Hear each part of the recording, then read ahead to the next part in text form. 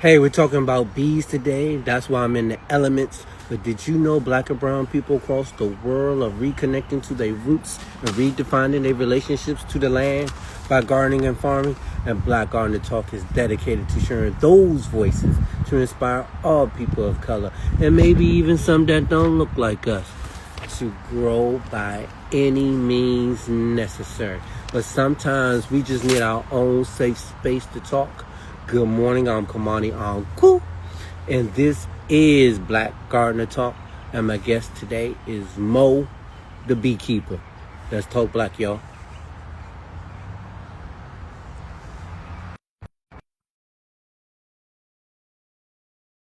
For Maurice to join me, I hope everybody is doing great.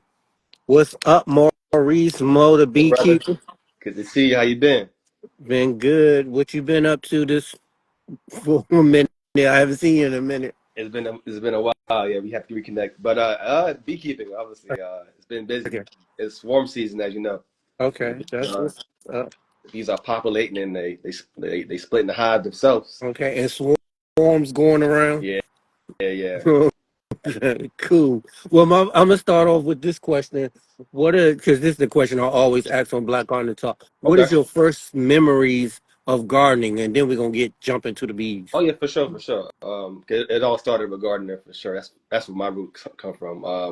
My grandmother is the one who introduced me to the gardeners from a young age. My earliest memories is her having me shuck peas Okay. in the backyard for hours. I mean, as a kid, I didn't appreciate it, but now as an adult, I understand the importance of growing your own food and just having that connection to the land and this nature, just being in nature. You Okay. got to And from appreciation for that. from shucking to peas to 2005, now you is Mo the Beekeeper. You are a black beekeeper. What made you want to get into beekeeping? Yeah, I mean, it was for me. It was more of a natural segue from just being a backyard gardener. You become when you start gardening, you want to learn more about it. So I was on YouTube, and just when you're on YouTube, your algorithm just kind of just shows you things that are interesting. And I came across a video of a urban gardener who was also a beekeeper. Okay. And to me, I didn't understand that concept that you can keep bees in an urban environment in your backyard. So it was like one of the things that just kind of sparked my interest, and then from there, I just kind of just started looking into more beekeeping videos because like if I saw that they can do it, then I can definitely do it. And I joined the beekeeping club, did a short course. It was Bumba here in Maryland. So this started about 4 years ago. Just kind of Okay. backtrack. I'm So you've been beekeeping for about four about years. 4 years, yeah. Talk about because it's some people joining and listening and maybe listening and watching this later Hmm. on. How much did it cost you to get started? Uh, That's one of the questions I had when I started beekeeping. It was like, how much money was I going to put into this or invest into it? yeah, I don't really know the hard number that I paid, but the averages from what I've seen online, it starts off for one beehive with bees and everything, that's about $700 right Oh off the wow. initial investment.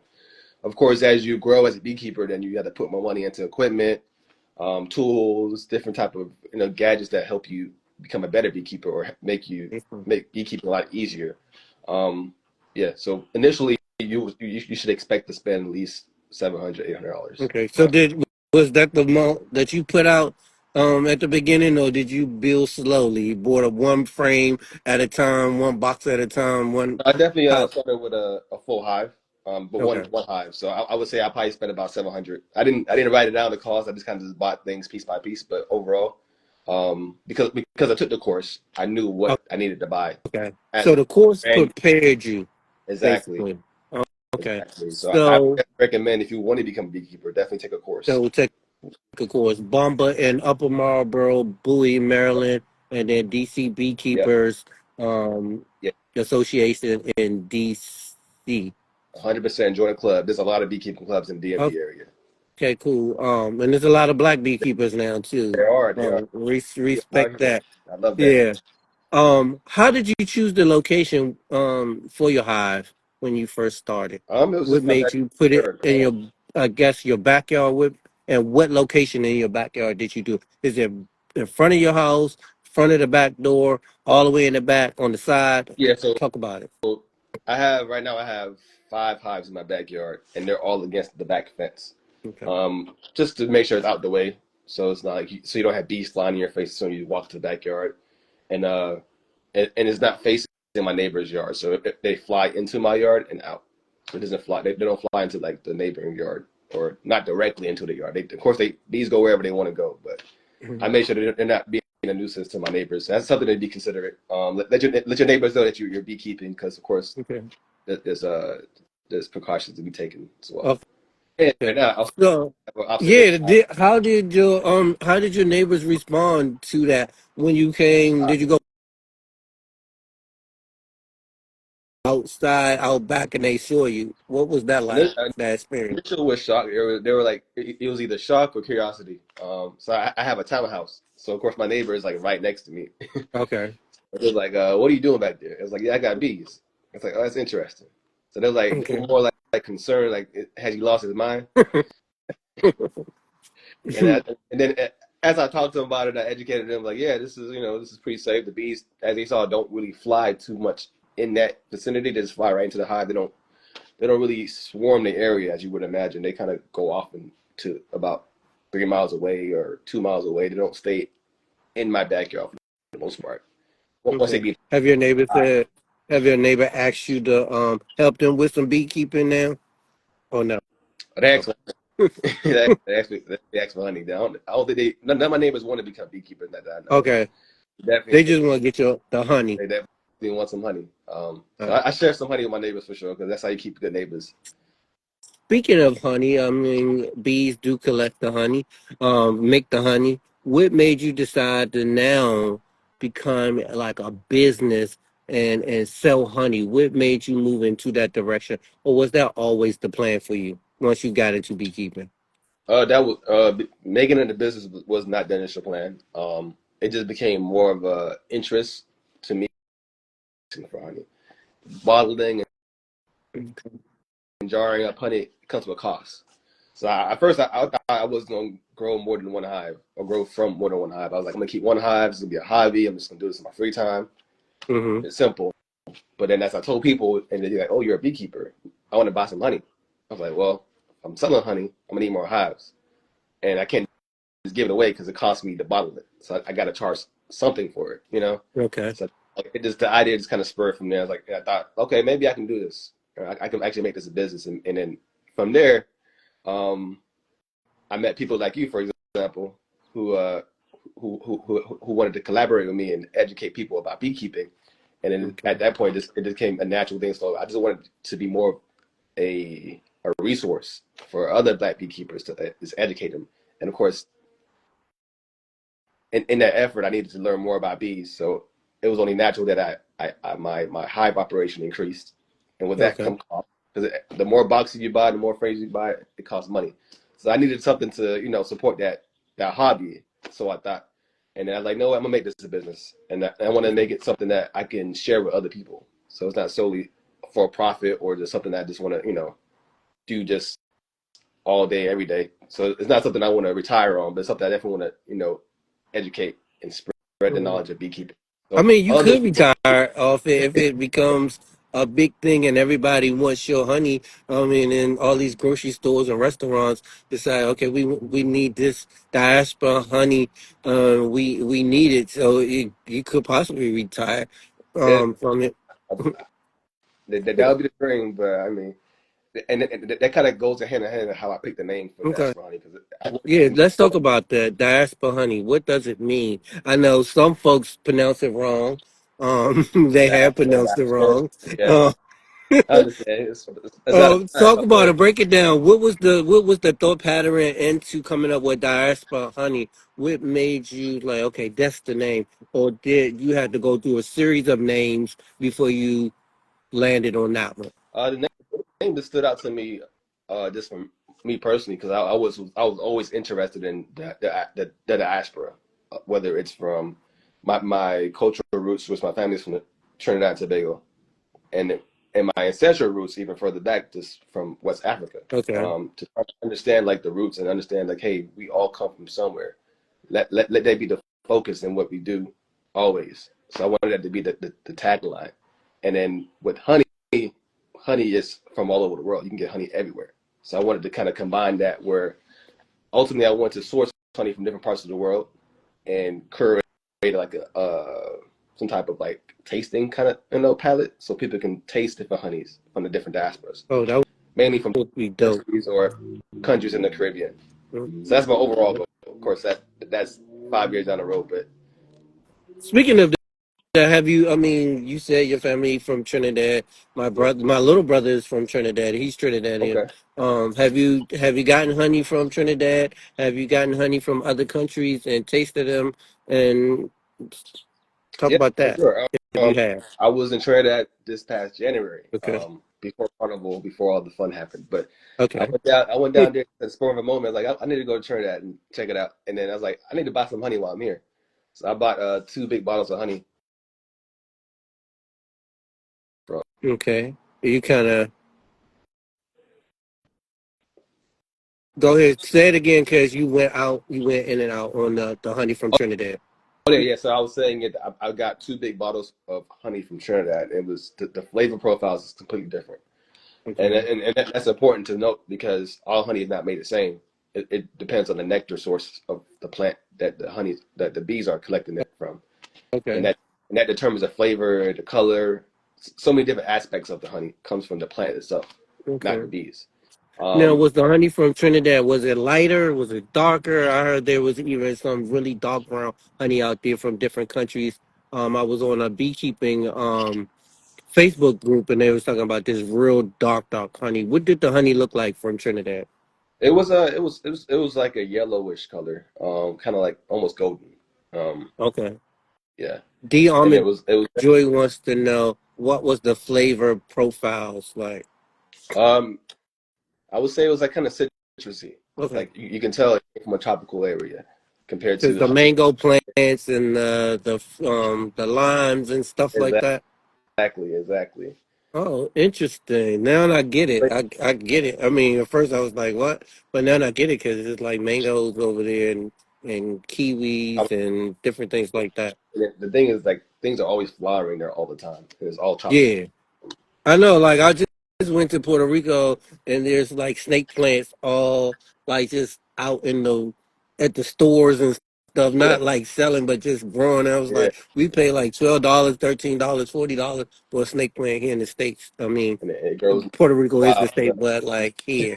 And I was like, wow, I could just dig up some and take back. Yeah, So that's crazy.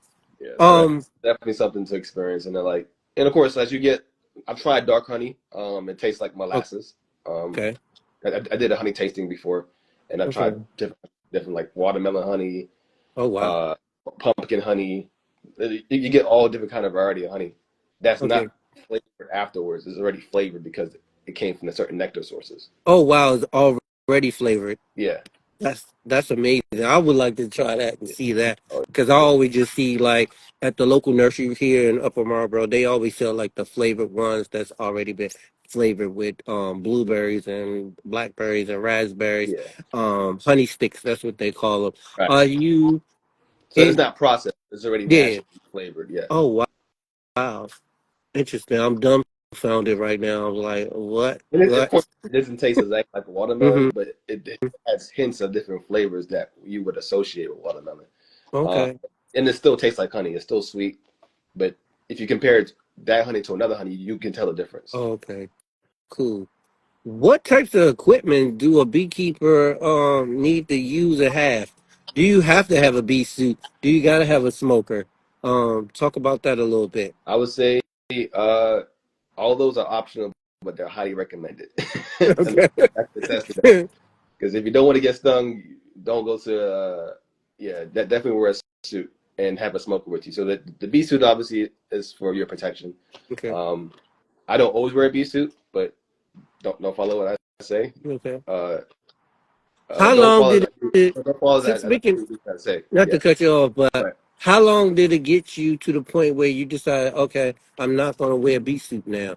What was that process like? Because I got to wear my bee suit every time, and I ain't taking it off for nobody, for no bees or nothing. But I would say how definitely comfortable did you feel to just go out there and not have a bee suit on? it was I would say my first time. My very Oh, first wow. introduction to a beehive was I didn't have a or actually my first introduction to being around hundreds and thousands of bees was a swarm. So like I said, I mentioned that I took the short course with Bumba, and the last week or the last session of the course, there's a field day. Okay. And that very field day, there was a swarm at the apiary that we went to, and the bees were all over the place. And I wasn't wearing my suit yet, and Okay. I was able to stand right next to the swarm and did not get stung. So Oh. it made me feel safe to know that I can. One, I'm not afraid, Okay. or at least I thought I was. I thought being around hundreds, thousands of flying insects that can sting you, and so I thought can kill you right away. Which I'm not allergic, so that's something to precaution to take. If you are allergic, then you definitely want to wear a suit and take precautions. But that day, I realized I wasn't afraid of bees. Okay. I could be around that many bees and still feel safe. Maybe it was because they was feeling your energy. Because I feel like the bees feel people energy. I mean, prior to actually starting beekeeping and learning about bees, I was always scared of the bees and always swacking the bees and stuff. Yeah, Now when I sit down somewhere, I'll go somewhere, the bees automatically just come to me, and so I feel like I got that bee that, whisper that bee. energy. Yeah, Do no, you feel the 100%. same way? And another fact when it comes to swarms, which people don't really know, is that swarms are like the least offensive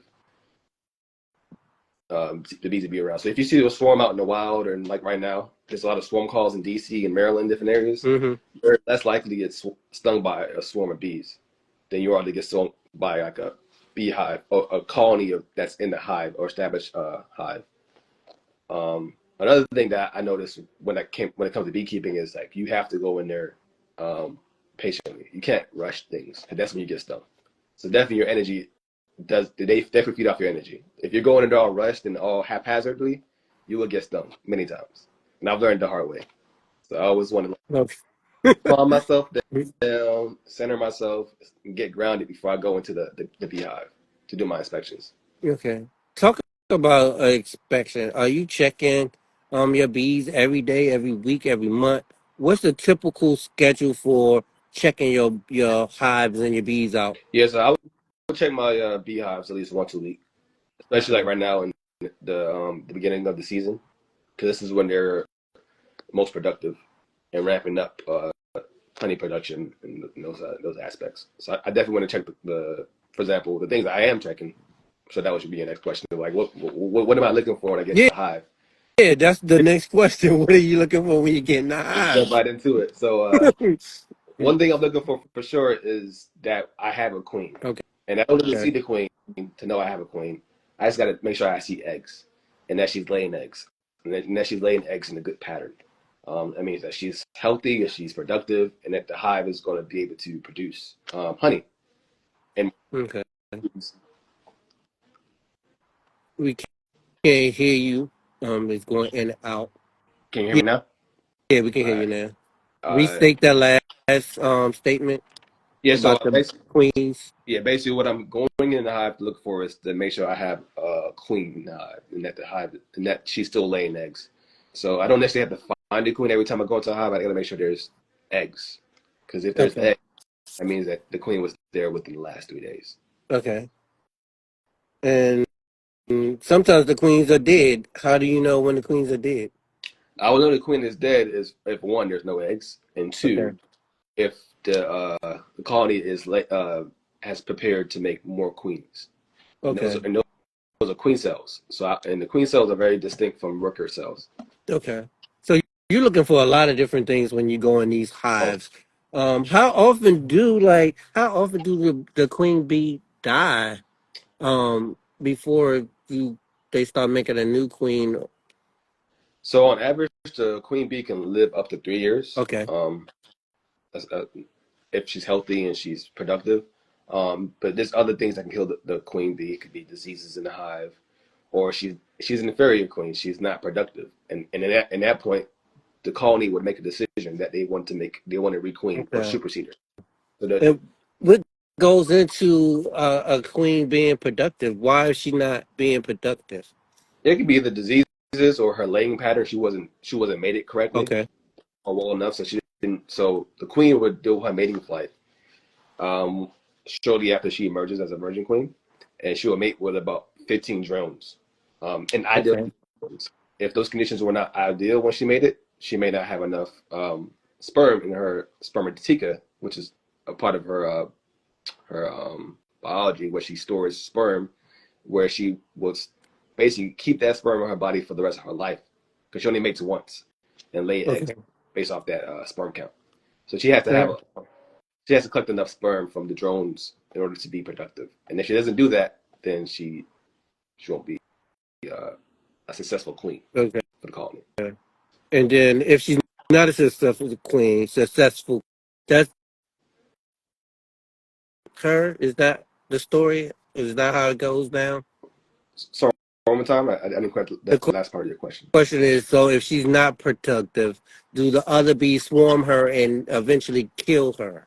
Yes, yeah, the other bees will decide, and what they do is called balling. So what they'll do, they will surround her and heat their bodies up and cook her alive, Oh basically, wow! to replace her. And do they eat her after that? I don't think they eat her. They would drag her out the colony and kind of drop her off somewhere. Oh, And that's it's a specific job for certain bees. It's called the graveyard bees, and they typically drag out dead bees from the hive and drop them out. and that's their main job is to Yep, just drag out all the dead bees. exactly. So you're Yeah. not going in there scraping out the dead bees as much. They do the And work for not as you. much in the spring and summertime. Only in the wintertime when I can't open the colony up, where I can open up the bottom board.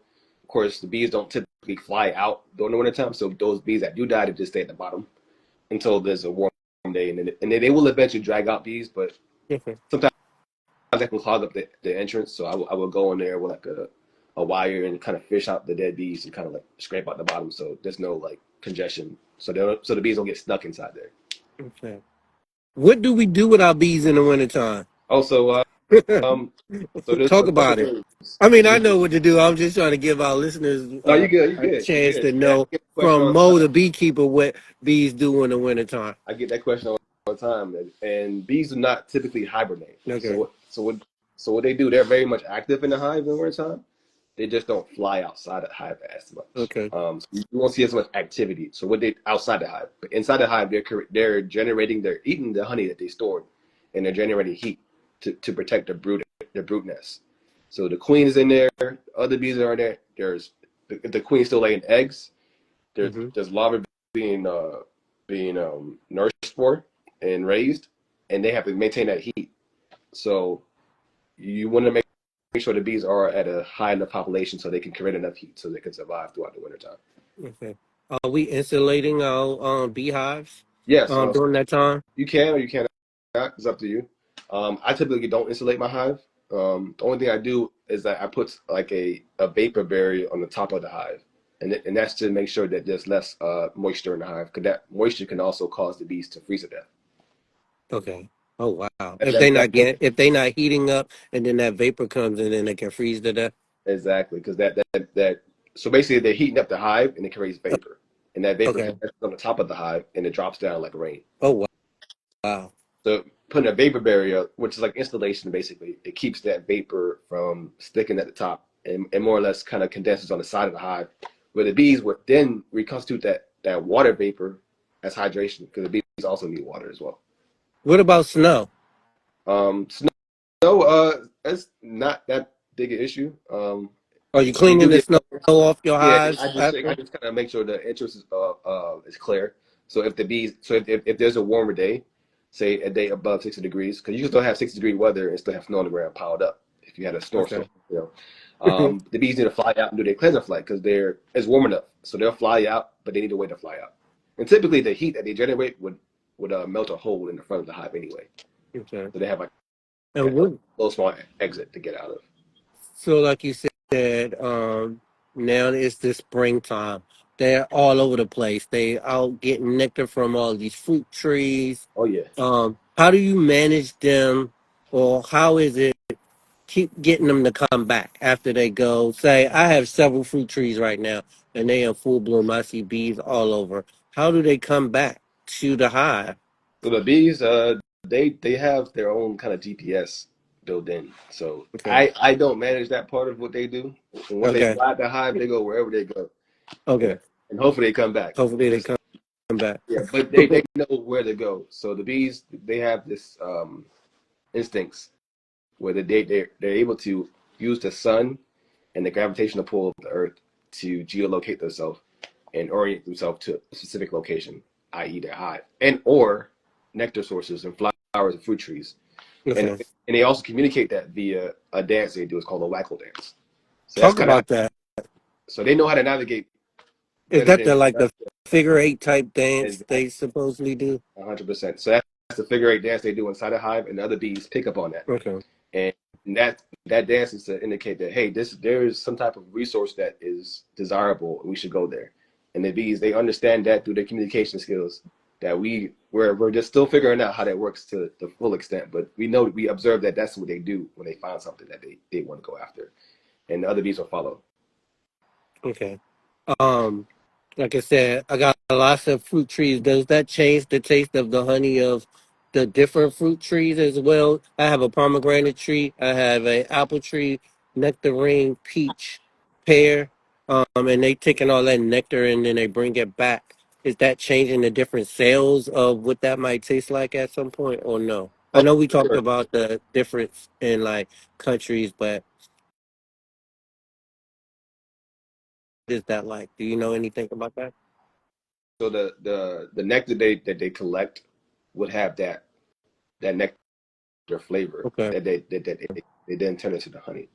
Okay. Well, one thing the bees do, which is specific to honeybees, is when they store honey from one specific nectar source. So they don't typically mix nectar and Okay. store it as honey. So if they go to this one tree, they're only going to that one tree for that resource. Okay. So they're like specific pollinators. Whereas other bees and other insects, they go to different flowers and collect their nectar resources. But say if you have a big you know, plum tree or apple tree or some type of orchard, the bees will go specifically to that resource, especially if it's in abundance, especially, and Okay. they will store nectar only from that plant and that cell. So when you harvest that honey, you can almost guarantee that you're only getting honey from one specific resource. Okay. I mean, that's interesting. I mean, that's why I asked the question because I wanted to know because they like swarming around. I guess right now the apple tree is really in abundance because I got a lot of apple trees, so they were like feasting on it. But have seen them on the nectarine and the Asian pear Yeah, tree here. and kind of elaborate more, it's like you can have different nectar sources in the hive, just but that specific honey cell Uh-huh. will only have that type of nectar. So like throughout Okay. the year, if you when you harvest your honey, you can see a different color of honey based off what was available at the time. Okay. Um. The next question is, what are you feeding them? Are you still feeding them extra stuff like sugar water? Are you feeding them in conjunction with them getting nectar from the different various trees and plants? Are you feeding them anything? Right now, I'm not feeding my bees because there's abundant of nectar resources out here, and I Okay. don't want them to mix that sugar water with nectar because then that's not real honey. Okay. So the only time I feed the bees when there's low nectar in the environment Okay. and leading up into the winter, so they can increase their Okay. stores.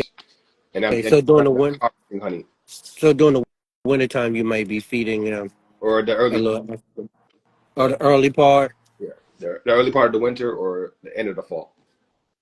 Okay. What steps do you minimize stress on your bees? Are there any things that you do to like not stress them as much? Yeah, for sure. I definitely I'll make sure that they're in a good location so they're not in any hazards. Like for example, if I would put the bees in my front yard, they would have a lot of people passing by, and it might become a nuisance. So people might complain, Okay. or or it might be a situation where I have the bees somewhere. If it's not in my backyard, it's just too accessible to where you may have it somewhere where wild animals can get to it. So you're gonna have make sure it's above the ground. So like Okay. for rodents and different type of mammals cannot affect it. Like for example, raccoons or bear. For example, I don't live in areas where we have bears. Hopefully, I don't see a black bear anywhere in my backyard anytime soon. But we do have Okay. deer. So I do scrap my hives down with ratchet scraps because the deer may knock into it. The deers they hop my fence and they roam my backyard all the time. So Oh wow. and so Do the deers and the rodents like the mice and rat do they eat bees?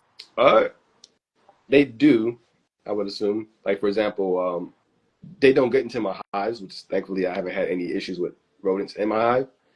But I do see like groundhogs and different type of like field mouse that will go around and eat the dead bees that are The on dead ones, but the not the live ones. entrance or on the ground near the hives. Oh wow. Because they I got some groundhogs. They need to they're not my just there all the time. I So want the dead bees, I want the bees to sting the groundhogs that I have. yeah. Yeah, I have like three groundhogs that have burrows all around my Okay. yard, neighbor's yard. So I don't know what I did to the Instagram, but I'm always doing something. I cannot see any comments or anything floating around. So if you see a question pop up, please pause and say I got a question. And folks, if you do have a question, please put it in the chat. I'm sure Maurice can see it. I don't know what I'm doing. Sometimes I click something and I can't see anything. Uh, I, how I don't can someone? have questions right now, but Yeah, we'll shut them off. if they do have questions, because it's interesting. What can someone do to help bees in the community, Yeah. other So than being a yeah, beekeeper? other than being a beekeeper, there's so much you can do to help bees, and not just honeybees. So there's things, for example, after in my opinion, the easiest thing to do is to plant native plant species, flowers, trees. Okay. Um, Me personally, I don't have a grass lawn. I have more or less a wildflower meadow. So what I want to call it. So I have a bunch of different weeds. Of course, they call it weeds, but I have different natural, like dandelion right now. There's a bunch of dandelion in my yard. I'm not Okay. mowing that. I let that happen. I let those grow up so that the bees and other, not just honeybees, but other pollinators like butterflies, carpenter bees, Hmm. whatever pollinator that wants it can get it, and that's important because there's not enough habitat. That's the issue for especially the urban areas for pollinators to forage and get their nectar resources because they're so important for the environment. Um, and another you could do is also install bee hotels. What's a bee hotel? Talk about that. I want a bee hotel. That's crazy. 5 star. So bee hotel is basically like and you can look them up online. There's like basically it looks like a little small miniature, kind of like a birdhouse almost, Hmm. but there are different tubes where solitary bees can go in there and kind of burrow and lay their eggs in their nest. It's different solitary bees such as carpenter bees, leafcutter bees, stuff like that. Not honeybees. Because honeybees will not come there. So if you want honeybees, that's not what you do to get honeybees. And those Okay. are more solitary. They're more docile. They're less likely to sting you, and they're just as, if not more important than honeybees because they're native species to this region. And do they work? Do the honeybees and the carpenter bees do they all work together?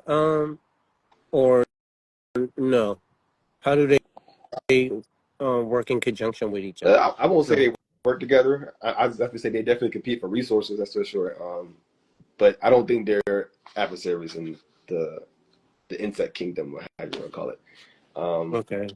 I see both of them in my yard at the same time, and they kind of go about their own business. Okay. Cool. That's what's up. Speaking of it, today is a cloudy day, kind of cloudy. How do you ensure that your honeybees are well hydrated out there when it's 80 degrees, 90 degrees, and it's not cloudy, it's not breezy? How do you manage to keep them hydrated? So there's a couple of things you can do, and it's all based off your hive location. So my hive is luckily near a creek, so Okay. they also forage for water. So they don't just go out to get nectar and make honey. They also get water from different water resources nearby. So if you're a beekeeper, and your neighbor has a pool, best believe those bees will be in that pool. Oh no. But That's something crazy. you do to also kind of mitigate if you don't have any like water resource nearby, you can put like a bird feeder with wine corks, and the bees will land in that, and they'll sop up the water, and they'll take that back to the hive. And what the bees do with that water is that they spray the water and they fan it with their wings. And that kind of creates a cooling effect inside the hive Oh, to cool them down, cool. especially when it's super hot outside. People hide outside. Do you have a funny story? Let's change it up. Do you have a funny story or anecdote about your bee experience so far? Anything that can make me laugh, or make the listeners laugh? Oh man, I can think of so many stories. Hmm.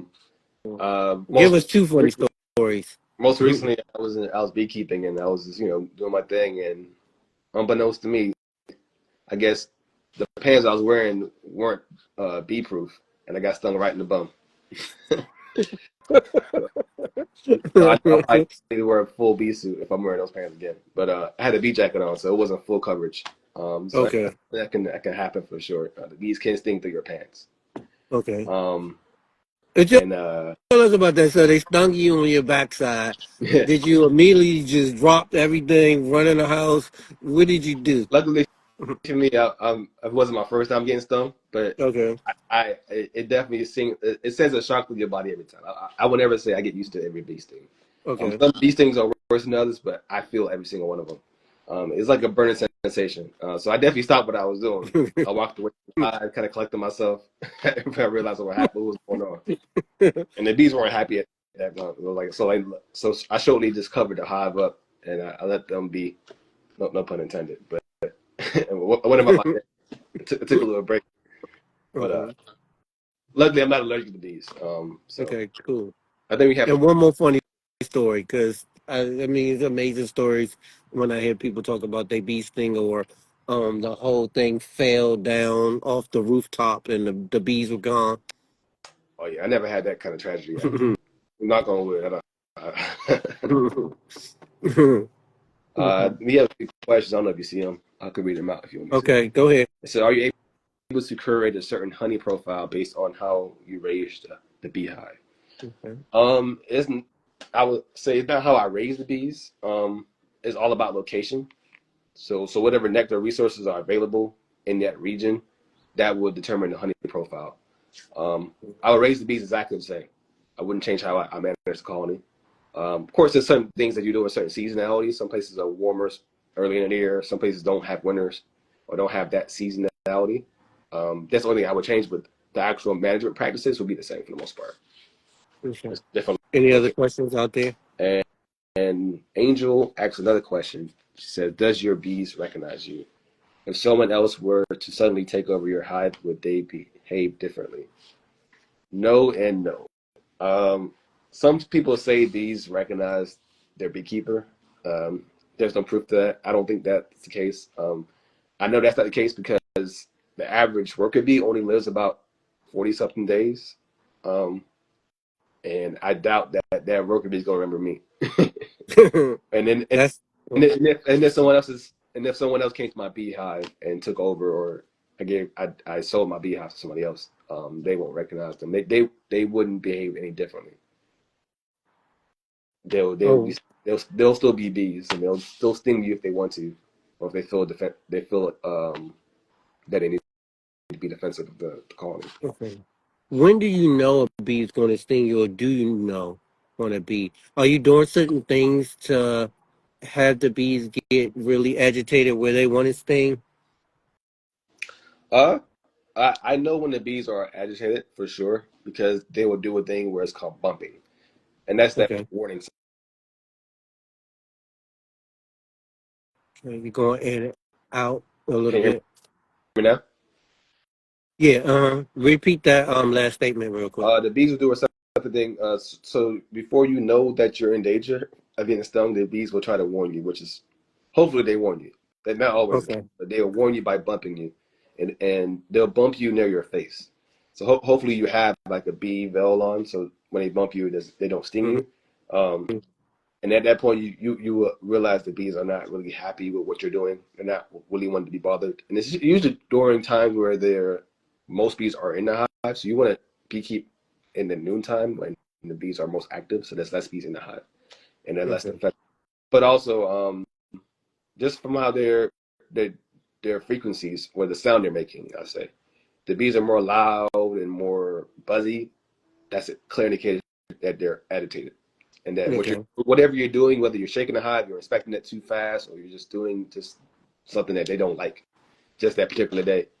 That's when you realize, like, okay, I need to whatever I'm doing, and wrap it up quickly, because then the bees are. There's not much you can do at that point. The bees are going to be very defensive, and they will continue to try to sting you. Which, as long as you're wearing a suit, you're protected. But as you know, you can only get stung through your suit or through your pants, or different parts of your body can get stung. Or bees can even make it their way in your suit through a little opening if you're not lucky. Hmm. Cool. So I see. I mean, your video is a little blurry, but there is a beehive thing and behind you. There is. Where is the beehive doing inside your house? So I have an observation hive, and I can bring it close so you can see.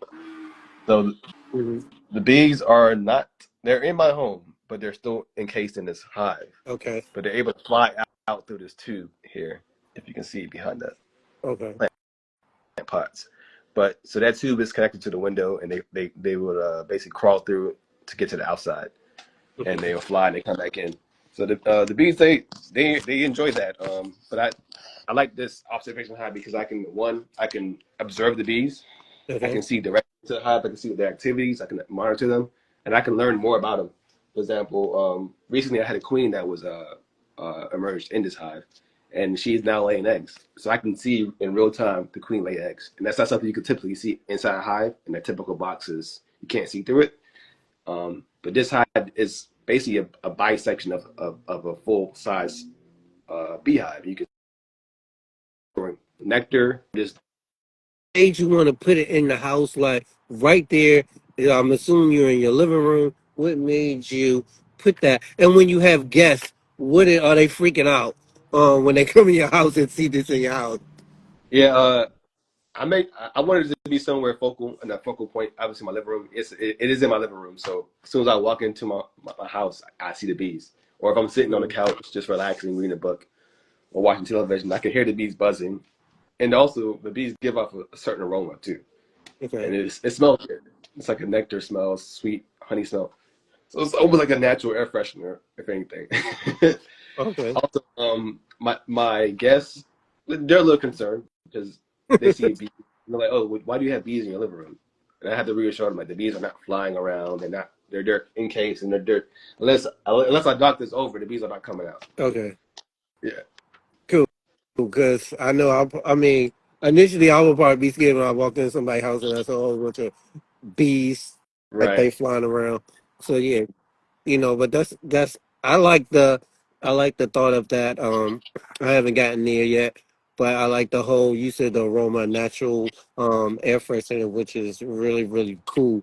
From the glass beehive observation to classes, are you teaching classes in your backyard? Are you going to schools? You going to other places to teach classes? What does that look like for Mo the beekeeper? Yeah, for sure. I have not started teaching classes in my backyard, but I do have my friends come over and I show them. They put on the suit. They want to check it out. They want to learn more about beekeeping. So I definitely have friends and family come over and check it out. But as far as teaching classes, I have taught at a couple of events. Last year during Bee Month or Bee Week, sorry, I taught at a local elementary school. Um, to the students, to a whole auditorium or not auditorium beekeepers, auditorium students, future beekeepers, and the kids were just so amazed to see. I brought the observation hive with me as well, so the kids were just so tickled to see all the bees in this box, and they all had a chance to walk by and feel the comb I had outside the hive, and just see the bees at work, as well as I also had opportunities to work with you as well with the bees in the trap, Okay. which I'm sure you can talk more about that soon. I won't steal your thunder, it was definitely a great experience just to be around so many young minds, and they were so smart. The kids know so much more about bees than I thought they did, and Okay. it Yeah. taught the class to me. I mean, that's the goal with Bees in the Trap. I mean, we're about to get ready to do Bees in the Trap 3, but I want to expose our black and brown kids to bees. And like you said, they are very smart, but they just never have been able to go and see the bees actually working in a hive. And so that's the main goal of that event.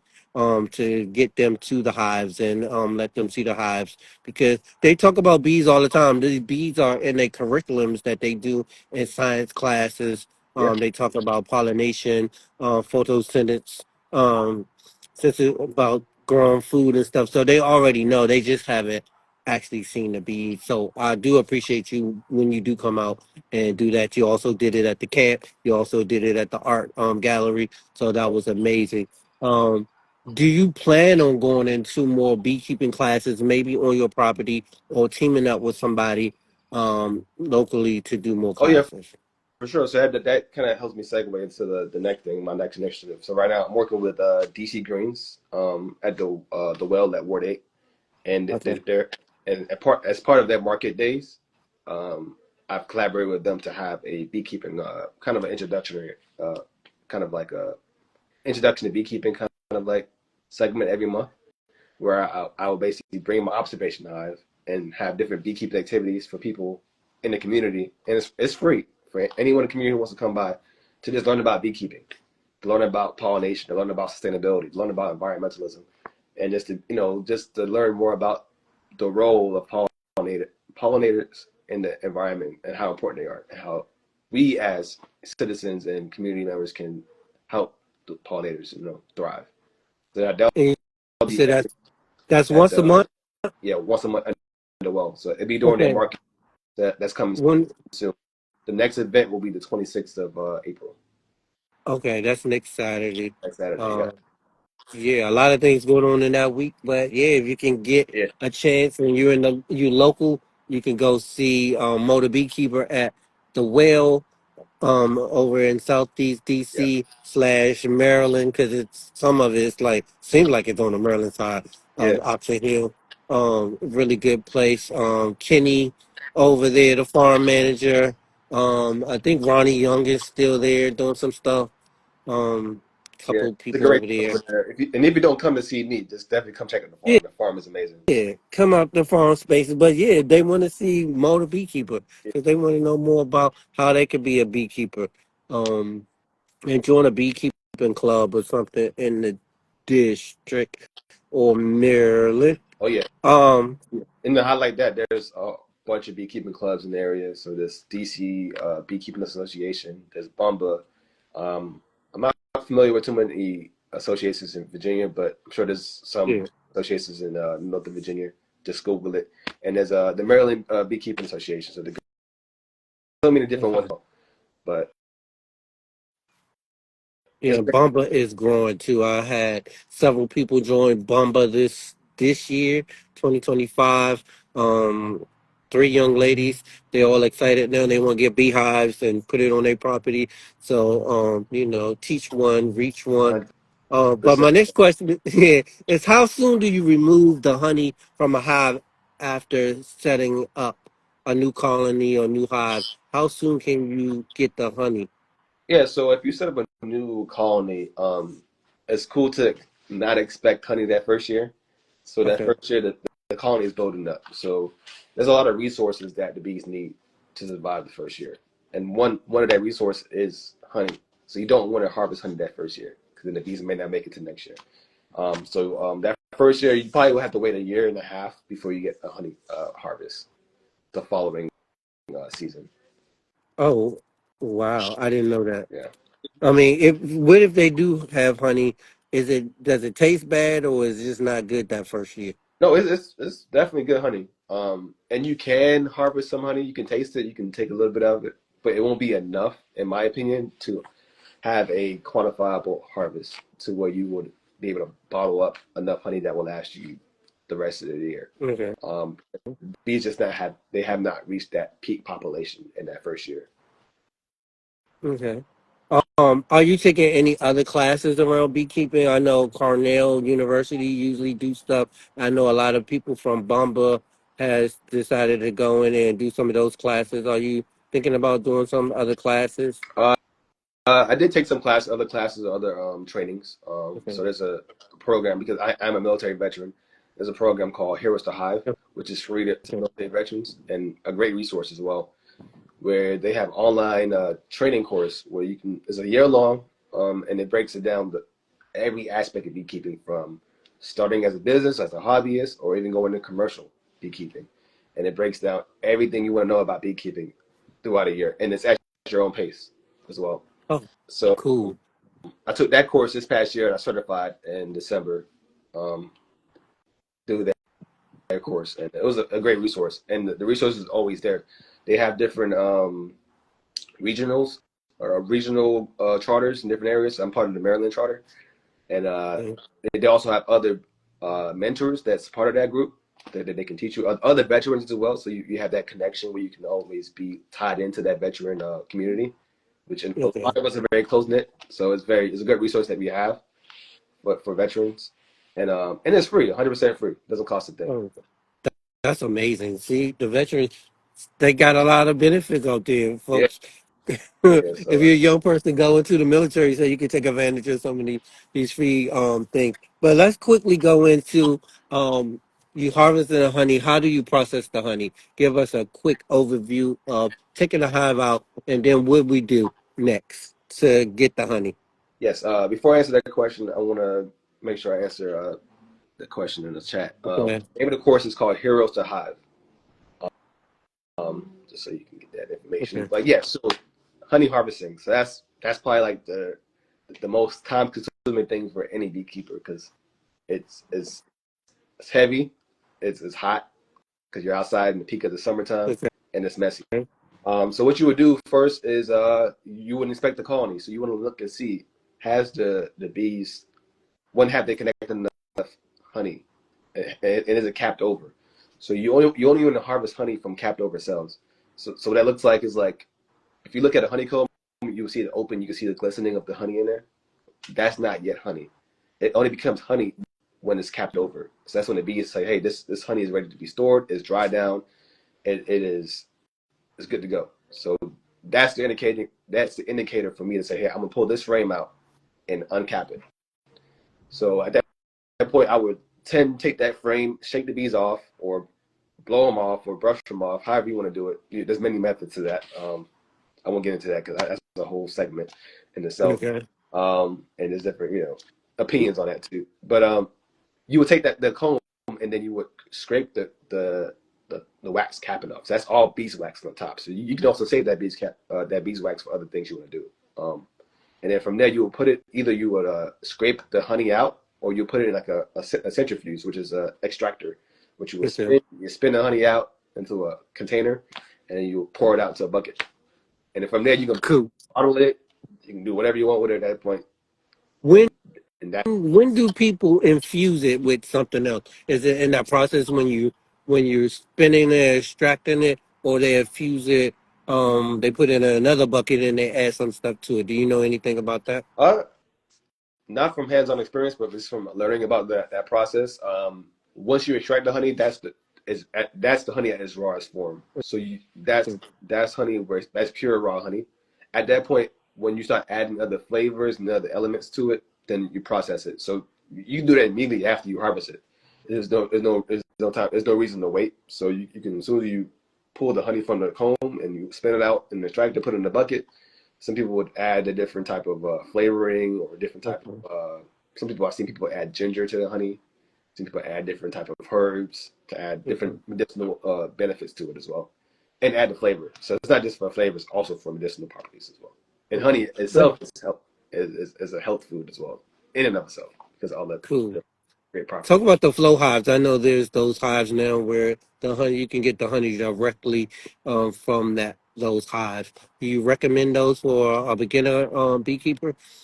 Or I do not recommend that for a beginner beekeeper because while it's not hard to harvest it, it comes with a connotation that you don't need to do any type of beekeeping per se. So okay. I definitely recommend if you're getting your first hive, go with a traditional Langstroth hive, which is your regular box hive and doesn't have any type of mechanical tools you can harvest honey from directly from the hive. And a flow hive is super expensive. Okay. So especially if you're just getting to beekeeping, you're not sure that you want to go all in. That's a big investment for your first hive. So definitely start small, start Okay. more affordable. And but the flow hive is a cool tool. It's not always practical because you can only harvest so much honey that way, but it takes a lot of steps out of the honey processing, Okay. harvesting steps So where you don't have to. it's like a cheap way of beekeeping, so to speak. Not a cheap way in the sense of Yeah, money, but a cheap way of missing some of the steps. yeah, it can be convenient, but Okay. it definitely sets you back if you're a brand new beekeeper. You're not experienced.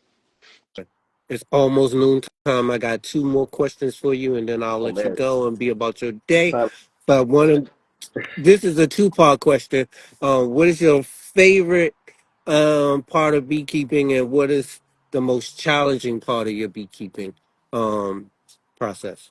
My most favorite part about beekeeping is just being around the bees because they have a calming effect. And it's just watching them. Like right now, I have an observation hive behind me. Like I got here early. I can just sit here and watch this all day. So just being around the bees is just enough for me to just enjoy that. And and also sharing. I could talk about bees all day. So like right now we've been on this call for 55 minutes. It has not felt like 55 minutes at all. But so that's one of the highlights of beekeeping for me. The only I don't have that much bad thing to say about beekeeping. I just wish I had more bees. Okay. Yeah.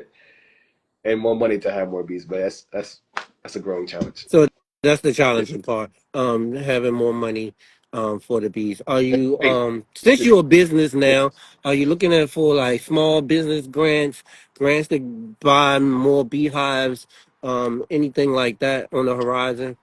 Um, I have not really looked at that kind of I haven't gone that avenue yet. Okay. Another thing to add was having time as well.